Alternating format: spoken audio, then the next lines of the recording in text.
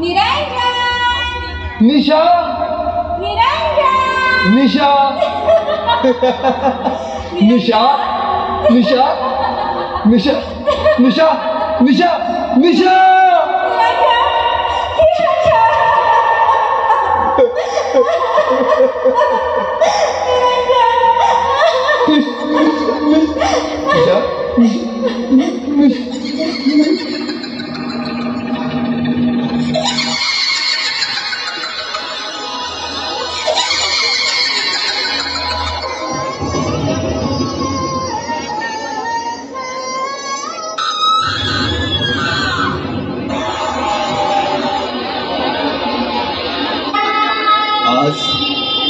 आज अमावस्येची काळोखी रात्र आहे आणि प्रत्येक अमावस्येला या कोशाड घरात असेच आवाज ऐकू येतात असा आजूबाजूच्या लोकांचा समज आहे. पण या ओशाड घरात नक्की काय घडतंय ते कोणीच सांगू शकत नाही.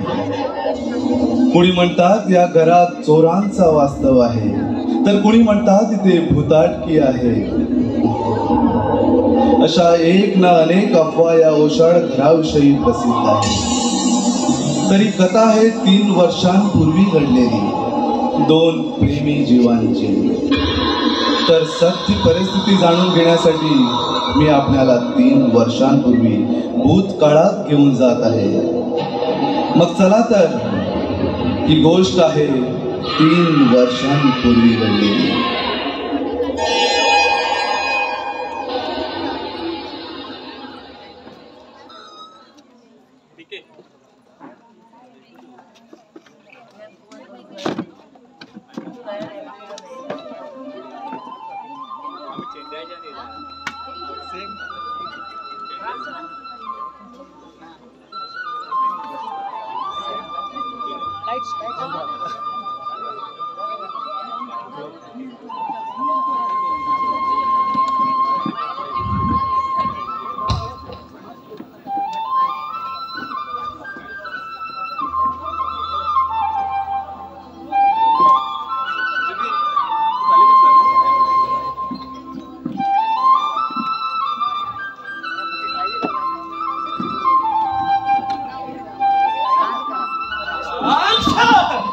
कोण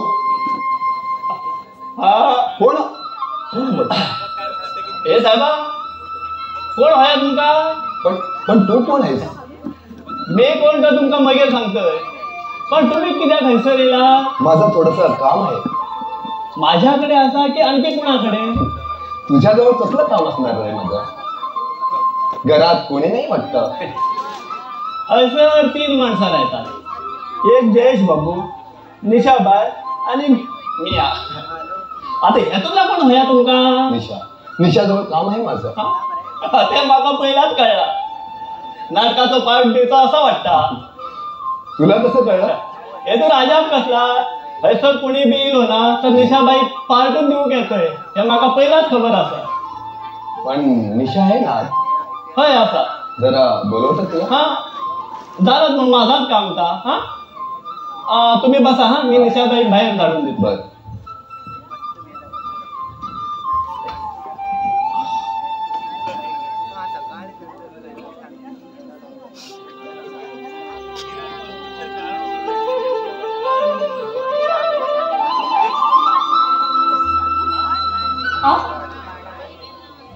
कोण कोण हवं आपल्याला?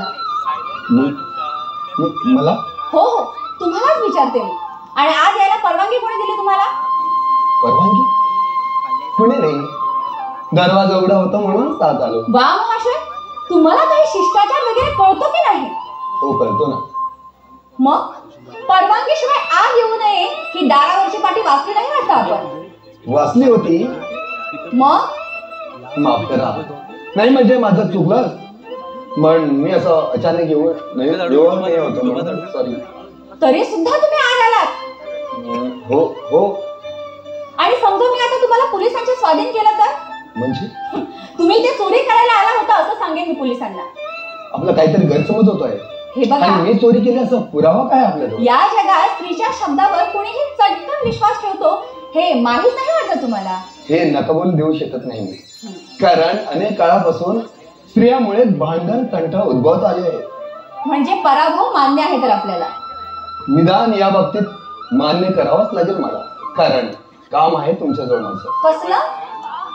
आमच्या संस्थेने एक नाटक उभारायचं ठरवलेलं आहे आणि त्या नाटकासाठी स्त्री भूमिकेसाठी तुम्हाला मी भेटायला आलो होतो. कोणतं नाटक बसवणार आहात तुम्ही? उद्धार. उद्धार? हो का? असे दसातला का? नाही, नाव जरा चमत्कारी वाटलं मला त्या नाटकाचं, म्हणून मी. त्या नाटकात एका पतितेचा उद्धार करण्याचा प्रयत्न केला आहे लेखकाने. काय हो? नाटकाच्या शेवटी खरोखरच त्या पतितेचा उद्धार होतो का? मला माहित नाही, मी फक्त 2च अंक वाचले. म्हणजे तुम्ही काम करणार आहात त्या नाटकात? हो, मी या नाटकात नायिकेची भूमिका करणार आहे. म्हणजे नायकच त्या नाटकात पतितेचा उद्धार करतो तर? हो. आणि समजा तुमच्या जीवनात जर खरोखरच एका पतितेचा उद्धार करण्याचा प्रसंग आला तर तुम्ही काय करणार? भलताच प्रश्न विचारलाच आपण. प्रत्येक प्रश्नामागे उत्तर लपलेलं असतं मिस्टर. निरंजन देवधर म्हणतात. वा वा, नाव सुद्धा फारच सुंदर आहे तुमचं. तुमच्या नावात सुद्धा ना खूप अर्थ भरून राहिलेला आहे. माणूस बहुरंगाने कितीही चांगला असला तर त्याचा अंतःकरण ओळखणं फार कठीण असतं. मला कळलंय तुमचं अंतरंग. कसं? तुमच्या बोलण्यावरून. मानसशास्त्राचा अभ्यास केला वाटतं. बसा ना. नाही, तेवढे भाग्यवान नाही. आणि तसं जर असतं ना तर कुठल्या तरी शाळेत किंवा कॉलेजमध्ये प्रोफेसर किंवा शिक्षिका म्हणून कामाला असून माझं जीवन सुखाने जगलं असतं मी. असा नटीचा पेशा पत्करून तोंडाला रंग फासून 4 चौघात माझ्या देहाचं असं प्रदर्शन मांडलं नसतं मी. हा नटीचा पेशा पत्करला म्हणूनच दुखी आहात आपण. ते दुसऱ्याला सांगून कळणार नाही. स्वतःचं दुःख ना स्वतःच पचवावं लागतं. पण मी या व्यवसायात आल्यापासून या जगातील लोकांचे नकली मुखवटे चांगलेच ओळखून आहे. म्हणजे नाही, तुम्ही तसे नाही, हे पहिल्याच भेटीत मी ओळखलं तुम्हाला. एखाद्यावर ओळख नसलेल्या माणसावर विश्वास ठेवणं बरं नाही. विश्वासानेच माणसं एकमेकांच्या जवळ येतात आणि विश्वासानेच माणसं एकमेकापासून दूर. ती असते फसवणूक, जाणून बुजून केलेली. विश्वासघातासारखं दुसरं पापच नाही या जगात. बरं, ते जाऊ दे. तुम्ही काय घेणार आहात? चहा, कॉफी की काही थंडगार पेय? खरंच त्याची काही आवश्यकता नाही. मग ही नाटकाची ऑफर स्वीकारतात ना आपण? हो, स्वीकारेन, पण एका अटीवर. कोणत्या? अगोदर ही अहो जाऊची भाषा बंद करा पाहू. बरं बाबा, मंजूर आहे आपली अट. आपली नाही, तुझी म्हणा. मग ही ठेव घे पाषाणाची पोळी. ठीक आहे. आणि ऍडव्हान्स किती देऊ? विश्वास हाच पैसा समजते. अच्छा, तर निघतो मी. बरं, बाय.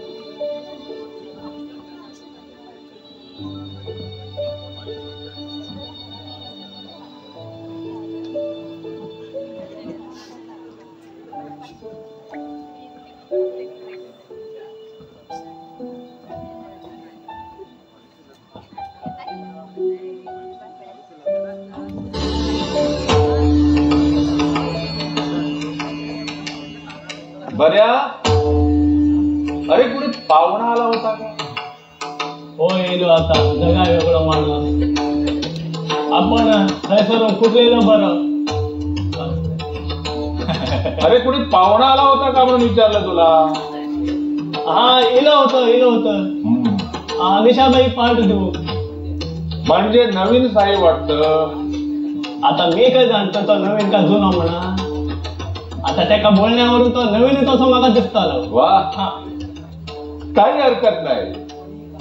कुणीही का असे ना, शिकार तर आपल्या पायानं चालत आली आहे. फक्त ती बाहेर पडून न देणं एवढंच आपलं का. बने तू असं कर, हा काय तू आज जा आणि निशाला बाहेर पड. बरं बरं बरं. हा हे बघा निशाला येईल, मी जसं माझ्या कामात.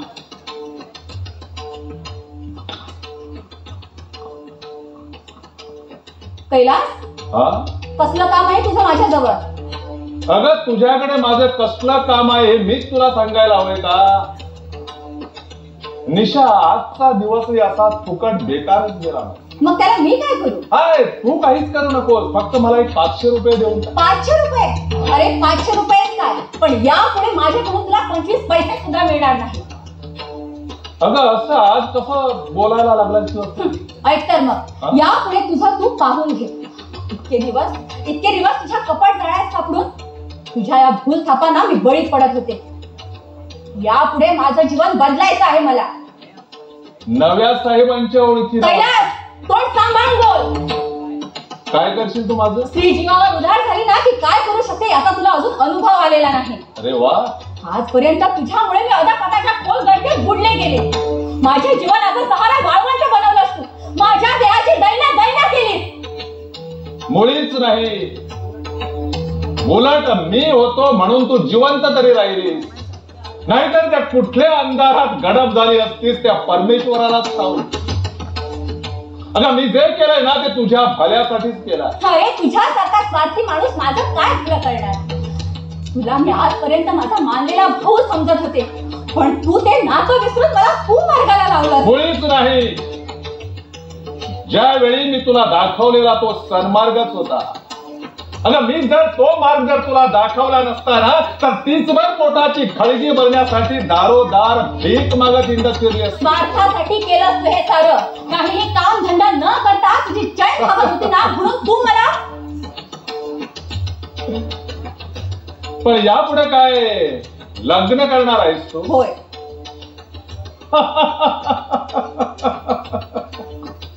अगं तुला लागलाय वेळ.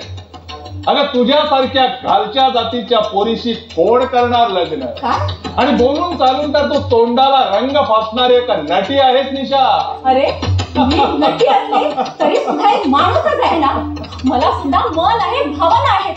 तर मी या खातेरात आयुष्यभर लोळत पडावी अशीच इच्छा आहे तुझी?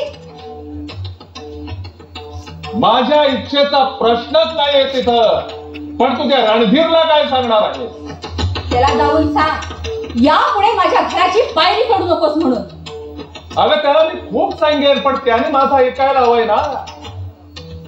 आतापर्यंत त्याने पाण्यासारखा पैसा खर्च केलाय तुझ्यासाठी, काही कमी पडू दिला नाही तुला.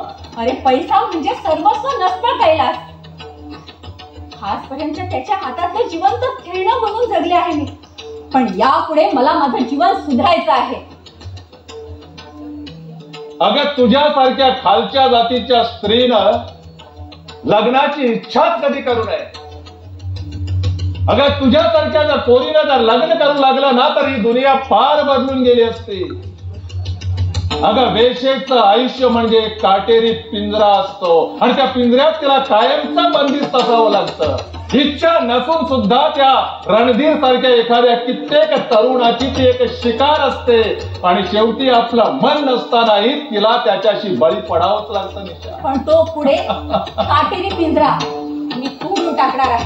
आजपर्यंत चालत आलेली ही रूढी परंपरा मी मोडणार आहे. त्यामुळे तू रक्तबंबाळ होणार आहे त्याचा कधी विचार केला? जीवनाच्या अंतापर्यंत माणसाला असं वाटतं की आपण जगावं म्हणून. शेवटपर्यंत त्याला आशा असते की आपण जगणार म्हणून. पण शेवटी ही आशा आशाच असते, क्षणभंगूर ठरणारी. आशा कधीही क्षणभंगूर नसते, तर आशा ही जीवनाच्या अंतापर्यंत सोबत करणारी सोबती असते. वा, म्हणजे शेवटी तू हा निर्णय घेतलास. होय, आणि यापुढे त्यात काहीच बदल होणार नाही. मला अंधारातून जायचं आहे प्रकाशाकडे, सुखाचं क्षितिज न्याहाळी. पण तो मार्ग धोकादायक आहे हे मात्र तू विसरू नकोस निशा. त्याला तोंड द्यायला माझी मी समर्थ आहे. अच्छा, ठीक आहे. ज्याच्या बरोबर तू लग्न करणार आहेस त्या थोर पुरुषाचं नाव तरी कळू दे मला. त्याचं नाव ऐकून तू काय करणार आहेस? नाही मी काहीच करणार नाही. नाही पुढं माग त्याचे माझे संबंध तर जोडणारच आहेत ना, म्हणून विचारलं. त्याचं नाव आहे निरंजन देवधर. निरंजन देवधर. एक नाटककार. वा, एका नाटककाराची पत्नी व्हायचंय तर तू. होय. पण तू ज्याच्या बरोबर लग्न करण्याची भाषा बोलते आहेस ना, त्याच्याकडून तुला प्रतिसाद मिळेल की नाही याचीच मला शंका वाटते. कारण एकतर्फी प्रेम कधीच सफल होत नसतं निशा. त्यांना मिळवण्यासाठी मी माझं सारं कौशल्य पणाला लावेन. पण मला नाही वाटत तू यात यशस्वी होशील म्हणून. काय? कारण आज त्याला या समाजात फार मोठं स्थान आहे. अगदी अल्पावधीतच त्याने प्रसिद्धीचा शिखर गाठला आहे आणि प्रसिद्धीच्या शिखरावर चढलेल्या माणसावर पुढे दुरूनच प्रेम करावं, जवळून नाही. आणि तुझ्यासारख्या एका ऐकुलिनी मुलीशी प्रेम करून त्याचं जीवनाची त्याला माती करायची नाही. बरं तसा जर प्रसंग आला आणि वेळ आली ना तर विचार करीन तुझ्या बोलण्याचा. अविचाराने काही करू नकोस म्हणजे झालं.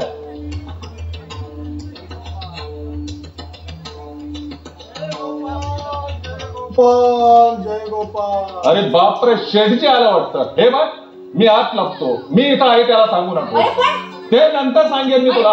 मी काय सांगू त्यांना?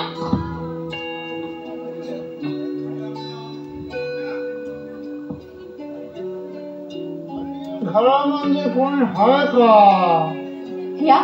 या शेठजी या, बसा ना. जय गोपाल. जय गोपाल. जय जय गोपाल. गोपाल. कशाला आला होता तुम्ही इथे? तुम्ही आम्हाला विचारते? अरे आम्हाला कशाला विचारते तुम्ही? कशाला आले म्हणून? अरे कैलाश आहे का घरामध्ये? नाही, बाहेर गेले आहेत ते. काही काम होतं का त्यांच्याकडे? अरे काय विचारतात तुम्ही? तुमचा ते भाई आहे ना? अरे तो भाई नाही तो, हा लोफर आहे, लोफर झाला. आमच्या पैसा नाही देते. काय? किती पैसे घेतले तुमच्याकडून त्यांनी? आमच्याकडून 50,000 रुपये घेतले आहेत. का? 50,000 रुपये? हो. अहो पण एवढी मोठी रक्कम तुम्ही कशाला दिलीत त्याला? का? या आता म्हणजे मोठून दिल्यात मी. एक बरस 2 बरस झाले आता पैसे घेऊन आज देतो उद्या देतो, आज देतो उद्या देतो असंच सांगायचं. मी म्हणते एवढे पैसे काय विचार करून दिलेत त्याला? नाही देईन कसे चालेल? धंद्या म्हणून पैसे ठेवले होते, नाही द्यायला तर माल पण नाही आणि पैसे पण नाही. कसं चालेल तुम्ही सांगा बघा. काल आम्हाला बाजारामध्ये भेटले होते, मला पगलं आणि तोंड लपवलं. असं साला तुमचा भाई आहे तो. आज मी मुद्दाम आलो त्याला भेटायला,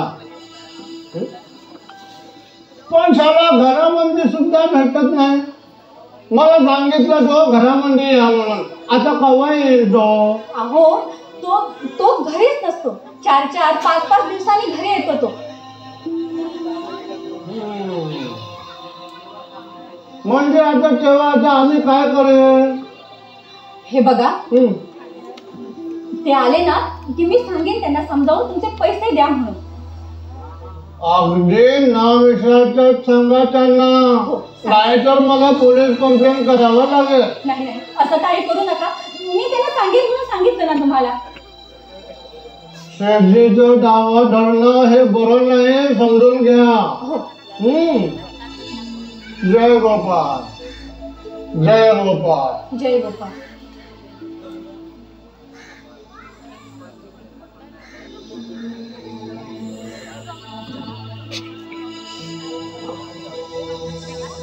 गेला का तो थेरडा? हो गेला. कशाला एवढे पैसे घेतले होते त्याच्याकडून? अगं गरज होती मला म्हणून घेतले होते. हे मग मुकाट्याने त्याचे पैसे देऊन टाक, आहेत नाहीतर नाहक परिणामाला बळी पडावा लागेल तुला. कोण आहेत कोणाकडे? नाही तुझ्याकडे असेल तर देऊन टाक. माझ्याकडे नाही बाबा एवढे पैसे. अगं तुला पैशाला काय तोटा? आता तर निरंजनच्या रूपानं पैशाची लक्ष्मीच येणार आहे तुझ्या म्हणजे पायात. त्यांच्या पैशावर डोळा ठेवून त्यांच्या बरोबर लग्न करायला मी काही नीच नाही. पण स्वार्थी तरी आहे का? अरे पण कसला स्वार्थ साधला आहे मी ते तरी सांग. निरंजन एक नाटककार आहे, श्रीमंत आहे आणि एका लेखकाची पत्नी होणं म्हणजे हा स्वार्थ नाही तर काय म्हणता येईल त्याला? कावीळ झालेल्या माणसाला सारं जगच पिवळं दिसतं म्हणतात ना, तसंच झालंय तुझं. हे बघ, तू जर मला पैसे देत नसतील ना ठीक आहे, मी रणधीर कडून घेईल, अर्थात तुझ्या मी वशिल्यानं. रखलेली नाही त्याची. मग इतके दिवस कोण होतीस तू त्याची? त्यावेळी मी अज्ञान होते, अरे म्हणून ना इलाजाने त्याच्या नादी लागले मी. पण यापुढे माझ्या वाऱ्याला सुद्धा उभा करून घेणार नाही मी त्याला.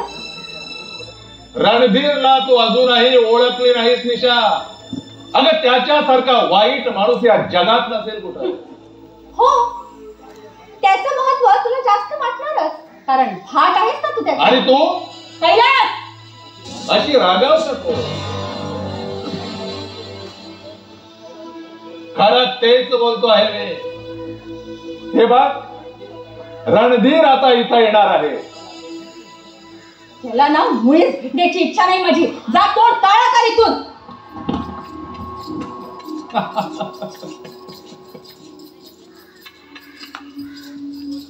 हे रणधीर, अगदी वेळेवर आलास. का? काही महत्वाचं काम? अरे माझ्या दृष्टीनं ते महत्वाचं नसलं ना तरी तुझ्या दृष्टीनं ते महत्वाचंच आहे. म्हणजे मी नाही समजलो. रणधीर, खरं सांगायचं म्हणजे पाखरू पिंजऱ्यातून निसटतंय असं वाटतंय मला. म्हणजे निशा? होय, निशाबद्दल बोलतोयस तू? निशाबद्दलच बोलतोय. अरे इतके दिवस तिला तो आपल्या इशारावर नाचवत होतास ना, तीच तुझी निशा आता तुझ्यापासून अंतरणार आहे. अशक्य आहे ही गोष्ट. या रणधीरच्या आयुष्यात पराभव हा कधीच झाला नाही आजपर्यंत. अरे काळ बदलतो ना तस तसा माणसातील स्वभावही बदलत जातो.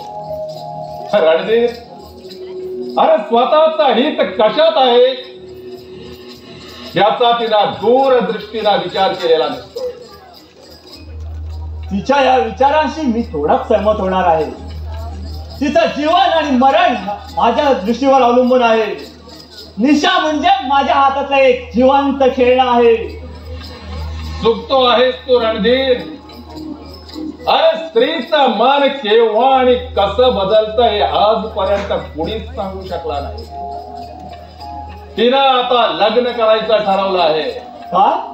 लग्न? हा, गतायुष्यावर कायमचा पडदा टाकून ती आता विवाहबद्ध होणार आहे. पण जाणून बुजून कोण करणार आहे तिच्याशी लग्न? ती एक नटी आहे. मी तिचे माझे संबंध कसे काय आहेत हे साऱ्या जगाला माहित आहे. रणधीर, अरे साऱ्या जगाला नव्हे तर गावाला. अरे येवलाचं गाव म्हणजे सारं जग नव्हे रणधीर. मला वाटतं जो कोण तिच्याशी लग्न करणार आहे एक तर तो मूर्ख असला पाहिजे किंवा वेडा तरी असला पाहिजे. तो वेडाही नाही आणि मूर्खही नाही. तो आहे समाज कल्याणासाठी झटणारा एक नाटककार. काय? नाटक का? हा, निरंजन देवधर. पण त्याच्या आणि ह्याची ओळख कशी काय झाली? रणधीर, अरे पेटी मास्तर, तबलजी, दिग्दर्शक आणि नाटककार यांची नटी बरोबर कधी कुठं आणि कशी ओळख होते ते आजपर्यंत कुणीच सांगू शकला नाही. असं आहे तर कैलास, हा, तुला काय वाटतं? तो ह्या लग्नाला स्वखुशीने तयार होईल? ते मी आत्ताच मी तुला कसं सांगू. अरे शेवटी या नाटकाची सुरुवात आहे. माझ्या सुखावाड्या येणाऱ्या ते निरंजनचा नाश केल्याशिवाय मी कधीच राहणार नाही. आहा, असं काही करू नको. नाहीतर फासावर लटकाल तुम्ही. इतक्या लवकर फासावर लटकण्यासाठी मी जन्माला आलो नाही कैलास. खून करून ते सफाईने पचवणं हे या रणधीरच्या हाताचं मळ आहे, मळ. अरे पण यात निरंजनचा काय दोष? अरे आपलाच दाम खोटं असल्यावर दुसऱ्याला दूषण देण्यात काय अर्थ आहे? आणि जी व्यक्ती समाजात प्रसिद्ध असते ना, त्याचा सहजासहजी खून करणं, अरे तू म्हणतोस तेवढं सोपं काम नाही ते. मग मी करू तरी काय? अरे ते काम तू फक्त माझ्यावर सोपव ना. त्या निरंजनचा अगदी गुपचूपपणे कसा काटा काढतोय ते बघ. तो कसं काय? हे मी तुला आत्ताच सांगू शकत नाही. कोणती गोष्ट आधी कृतीनं करून दाखवावी आणि नंतरच त्याचा उच्चार करावा. ठीक आहे तर. नुसतं ट्रेक म्हणून वागणार नाही. त्यासाठी तुला पैसे मोजावे लागतील. पैसे? हा, रुपये. किती रुपये द्यावे लागतील? जास्त नाही, फक्त 50,000. 50,000 रुपये? अरे तुझ्या या कामाच्या मानानं ते पैसे म्हणजे काहीच नाहीत. बघ बुवा, हे बघ, तुला पटत असेल तर होय म्हण, नाही तर सोडून दे. तुझा तू पाहू. बरं, तुझी अट मंजूर आहे मला. मग आजच पासून सुरुवात करतो. पण आत्ताच्या क्षणाला फक्त ऍडव्हान्स म्हणून एक 10,000 रुपये देऊ का?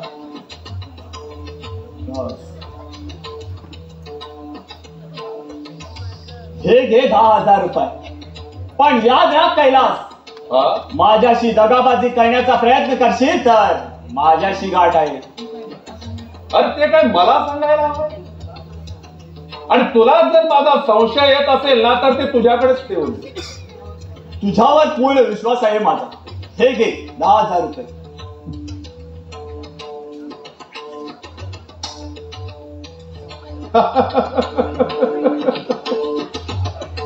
आता त्या निरंजनला आणि निशाला असं काही बनवतो की ज्याचं नाव दे.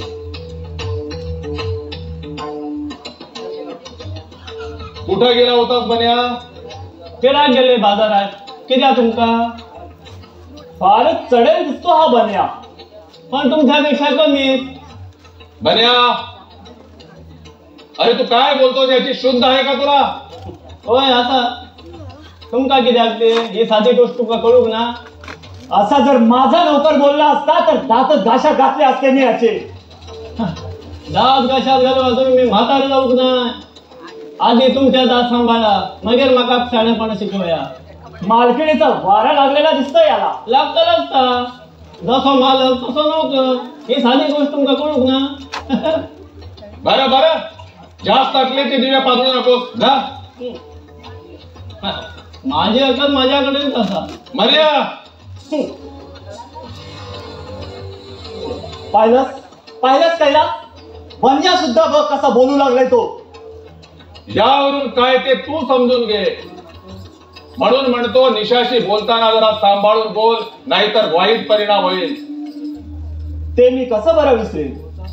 तू होतास म्हणून निशासारख्या सुंदर फुलाचा लाभ झालाय मला. पण आता निरंजन सारख्या भ्रमराची त्या फुलाकडे दृष्टी वळली आहे. तेव्हा त्या फुलातला मध चागण्यापूर्वीच त्याचा कायमचा बंदोबस्त केला. तुझ्यासारखा अट्टल शिकारी माझ्या जवळ असताना मला भिण्याचं मुळीच कारण नाही कैलास. पण वेळ येताच तू मागा घेऊ नकोस म्हणजे झालं. अशक्य आहे ते. अरे एका गावात 2 पक्षी मारायचं ठरवलंय मी. ते कसे का? कळेल तुला केव्हा तरी. अरे मला माणसातून उठवणाऱ्या या घराचा जेव्हा नाश करेल, त्याच वेळी माझ्या तृप्त मनाला शांती लावणार. म्हणजे मी नाही समजलो. ते तुला न समजलेलंच बरं. अरे ती आठवण झाली की माझ्या तळपायाची आग मस्तकात जाऊन फिरते. मग माझ्यातला माणूस राहत नाही, तर तो सैतान बनतो. सैतान तो करुण चेहरा माझ्या नजरेसमोर येतात, मी अगतिक होतो, दुःखी होतो. आणि ती व्यथा विसरण्यासाठी मला नकळत तो दारूचा प्याला पोटाला लावावा लागतो. यापूर्वी असं कधी बोलला नव्हतास तू माझ्याजवळ. रणधीर, अरे प्रत्येक माणसाच्या जीवनात कसली ना कसली तरी जखम असते, व्यथा असते, आणि केव्हा तरी ती मनाला लागली की त्याला पाझरते, आणि त्यावेळी माणसाच्या मनात माणूस राहत नाही तर तो सैतान बनतो आणि फक्त वाट पाहत राहतो त्याच्या सुडाची प्रतीक्षा. आणि तसंच झालंय माझं. पण जाऊ दे, तू बाईस तू, मी भेटतो तुला थोड्या वेळा. तोपर्यंत निशाला काय विचारायचं असेल ते विचारून घे, पण बोलताना जरा सांभाळून बोल.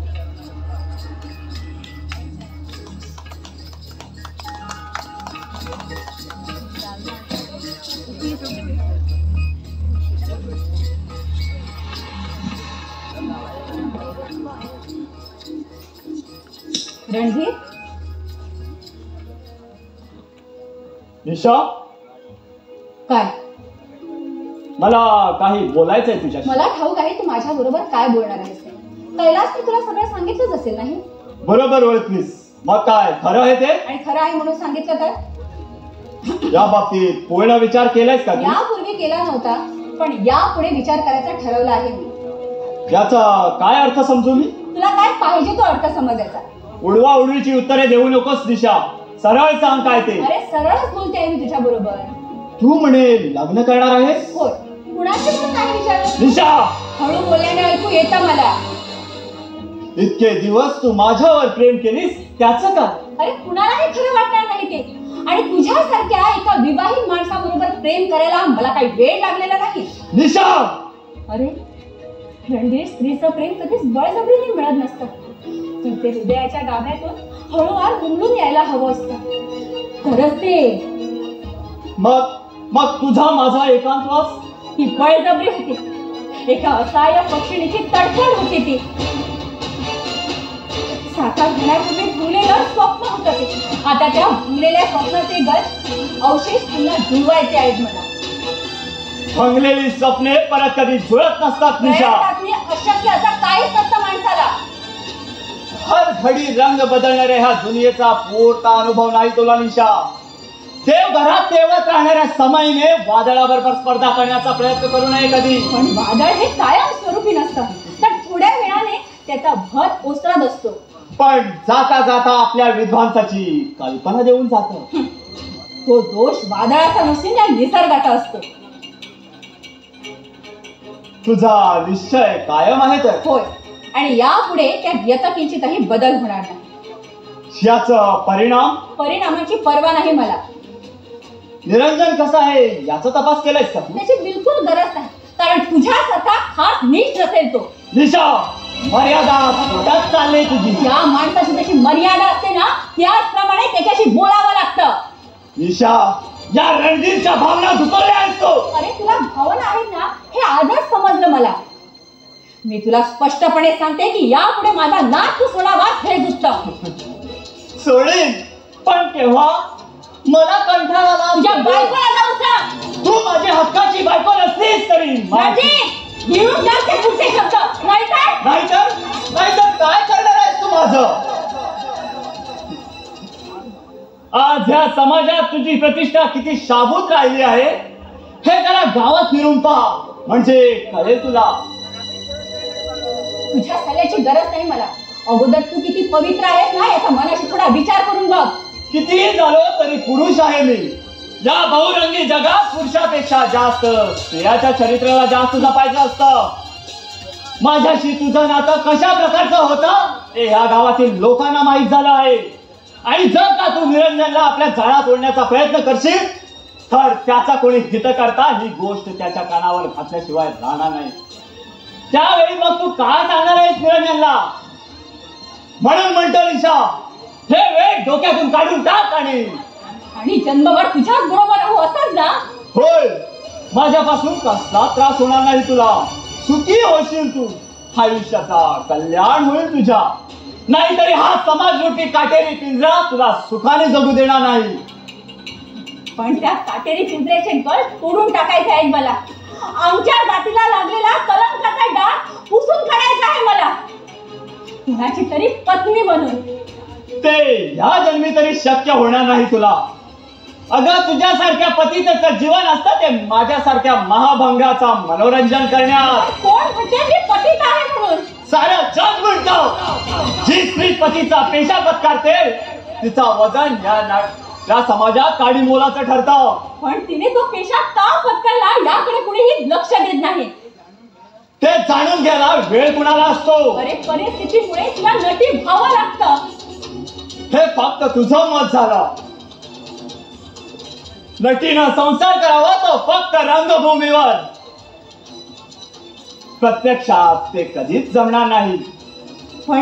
पण मी दाखवून देणार आहे या साऱ्या जगाला. त्यावेळी खूप उशीर झालेला असेल.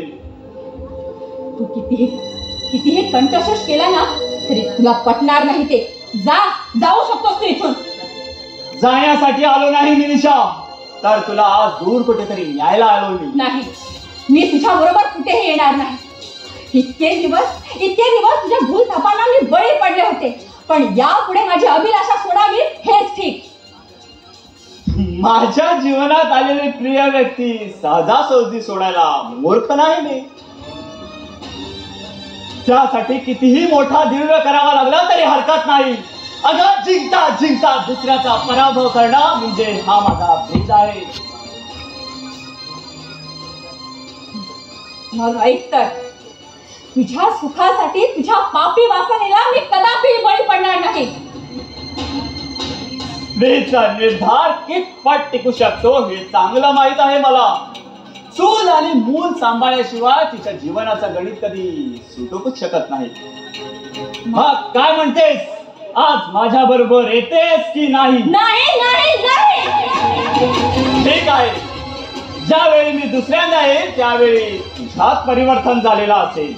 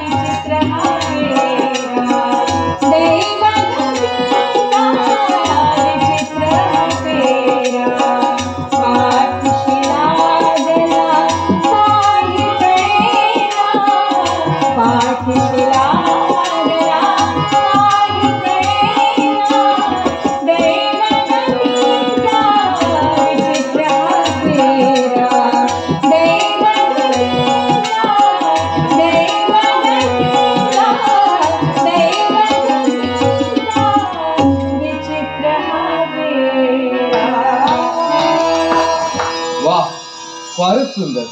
आपल्याला आवडलं बुवा तुझं गाणं. काय ते? खरंच गाणं आवडलं तुझं गाणं. पण जरा खटकलं. काय खटकलं? स्वतःबद्दल फार दुःखी आहेस तू. त्या गाण्यानेच कळलं मला. होय, पण कळून काय उपयोग? ते हलकं करायला माझं असं कोणीच नाही या जगात. असं का म्हणतेस तू? आजपर्यंत अशी सहानुभूती दाखवणारा कुणीच माणूस भेटला नाही मला. पण काय, स्वतःची दुःख दुसऱ्याला सांगितल्याशिवाय ते कमी कसं होईल? कदाचित तुम्हाला राग येईल माझा. मुळीच नाही. तसं देखील मनात तू विचार सुद्धा आणू नकोस. ज्या माणसाबरोबर मी आपुलकीने बोलतो वागतो त्या माणसाला माझ्याकडून दुःखाचे झळ कधीच मिळणार नाही. विश्वास असू दे माझ्यावर. तो तर पहिल्या भेटीतच बसला आहे माझा. मग असे आडेवेळी काय घेतेस तू? मी काहीतरी मागणार आहे तुमच्याकडे. जर ते देण्यासारखं असला तर जरूर देईन मी तुला. पहा बरं, विचार केल्याशिवाय उत्तर देऊ नका तुम्ही. कसल्याही गोष्टीचा निर्णय घेताना तो विचार करूनच घेत असतो. मला वचन हवंय तुमच्याकडून. एकदा विश्वास टाकल्यावर वचनाची गरज का भासली तुला? पण मला भीती वाटते हो. कोणाची? माझी नाही, माझी स्वतःची. जी माणसं भीतीने ग्रासलेली असतात ती आयुष्यात कधीच यशस्वी होत असतात. हे माझ्या प्रश्नाचं उत्तर नाही आहे. खरं सांगू तुला, मी जात धर्म वगैरे काहीच मानत नाही. दुसऱ्याची दिशाभूल करण्यासाठीच हे माणसाने जातीचा सौम्य मानलेला आहे.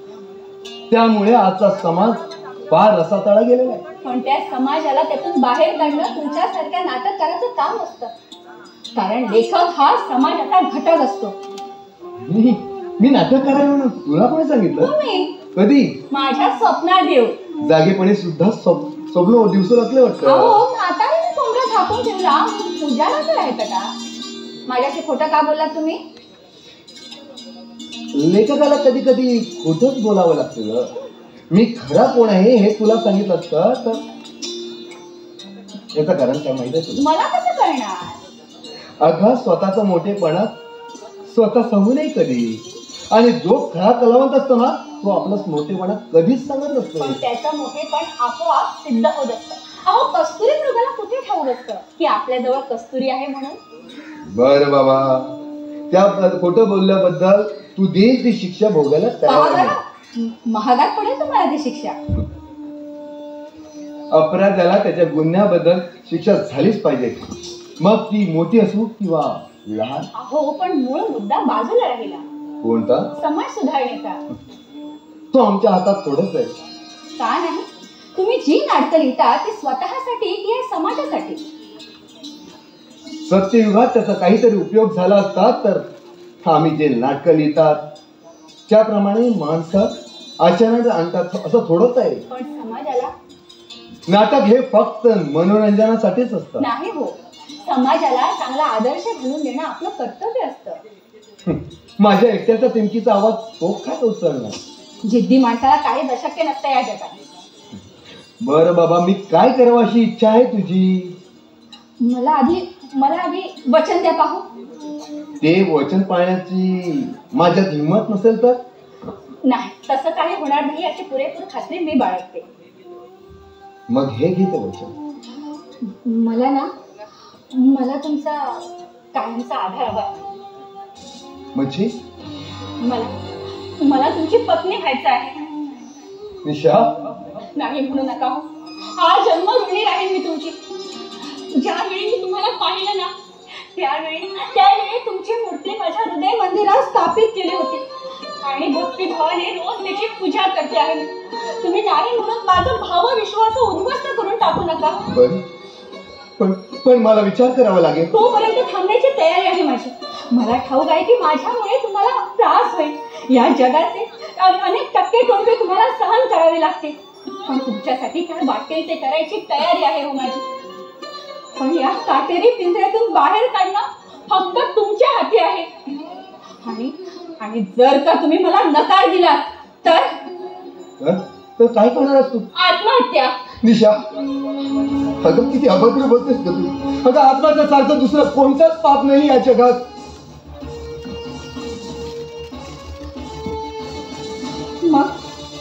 जीवनाच्या अंतापर्यंत या काळोखात साचपडून मला काय पुण्य मिळणार आहे? फार फार मोठी समस्या निर्माण केली आहेस तू माझ्या जीवनात. दिशा, मी तुझ्याशी लग्न करायला तयार आहे, खरंच? पण एक अटीवर. कोणत्या? मी तुझ्याशी जर लग्न केलं तर हा समाज मला सुखाने जगू देणार नाही, पाडून खाईल तो मला. पदोपदी मानाने सहन करावं लागतील मला. वेळेत प्रसंगी घर सुद्धा सोडावं लागेल मला. ज्यावेळी माझं जीवन जगणं असं होईल तर तेव्हा मला तुझ्या हाताने विष देऊन ठार मारायला हवा. नाही. केवळ तुझ्यासाठी हे बलिदान स्वीकारणार आहे मी. नाही, मला तुमची अट बिलकुल मान्य नाही. त्यापेक्षा मीच या जगाचा कायमचा निरोप घेऊन टाकते. नाही, तुला असं कधीच करता येणार नाही. माझ्यामुळे जर तू सुखी होशील ना, माझं वचन पुरेपूर पाळणार आहे मी. खरंच सांगता तुम्ही निरंजन? होय निशा, मी जर तुला या जन्मी सुखी करू शकत नाही तर माझ्या आयुष्याचा पहिला पराभव समजेल मी. नाही, असं होणार नाही याची खात्री बाळगा तुम्ही. खरंच? अगदी खरं.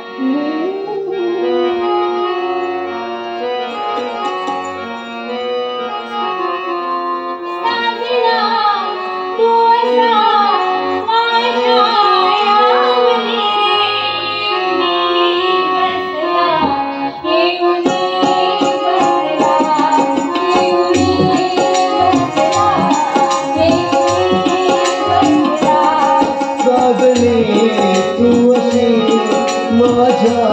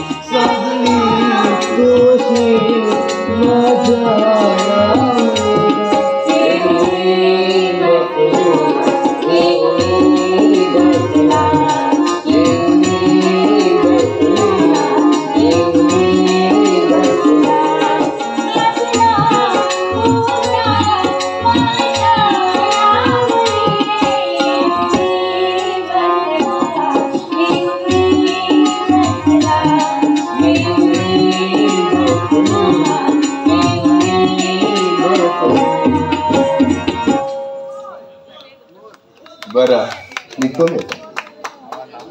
चहा घेतल्याशिवाय तो तर रोजच मिळणार आहे आता मला. अरे अरे हो, ज्या कामासाठी आलो होतो ते विसरूनच गेलो बघ. कसलं का? माझ्या उत्तर नाटकासाठी तू ऑफर स्वीकारली होतीस ना, हो. त्या नाटकासाठी आमच्या मंडळीने मला न सांगता दुसऱ्या एका नटीला तो पात्र दिलेलं आहे. त्याबद्दल दिलगिरी आहे मला. दिलगिरी व्यक्त करायची काहीच गरज नाही, कारण यापुढे माझ्या जन्माचा खरोखरच उद्धार होणार आहे. अरे ते विसरूनच गेलो बघ. बरं बरं येतो मी. बाय. बाय.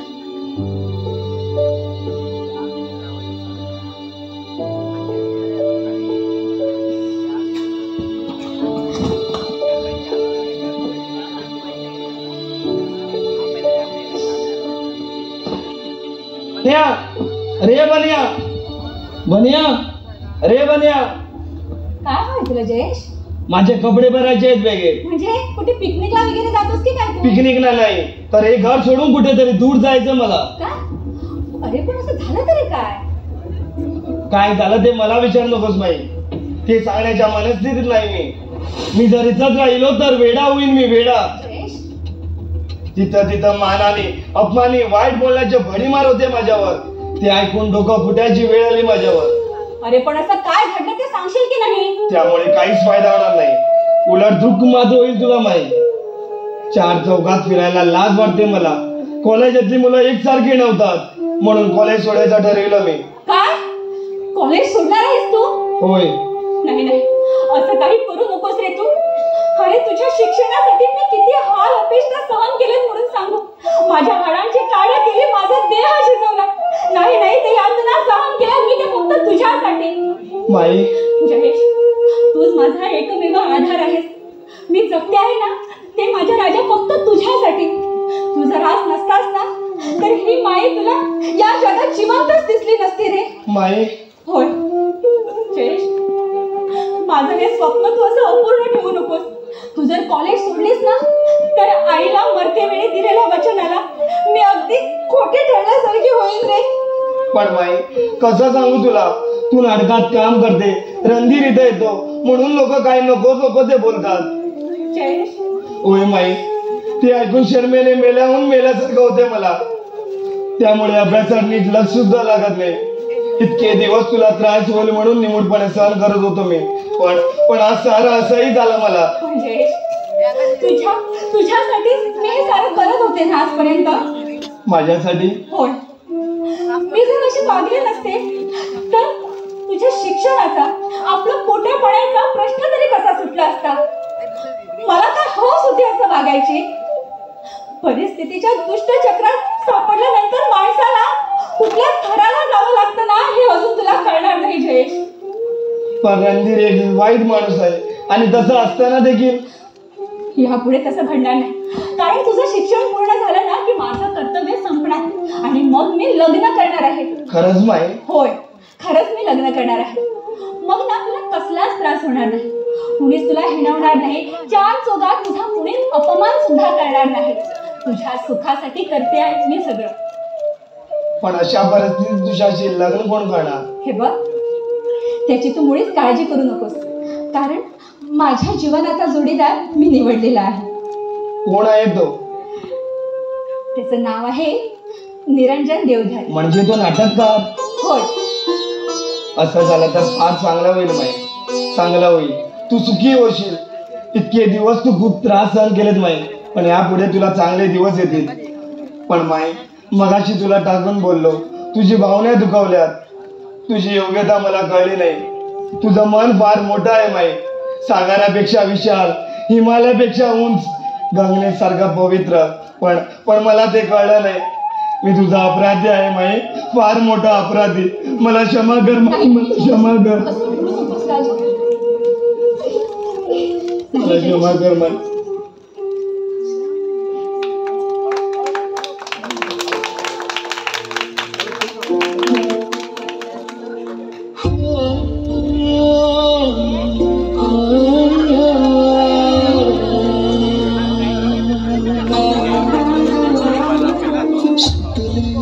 धागे उरले मागे उसाचे सुन्या काळजाचे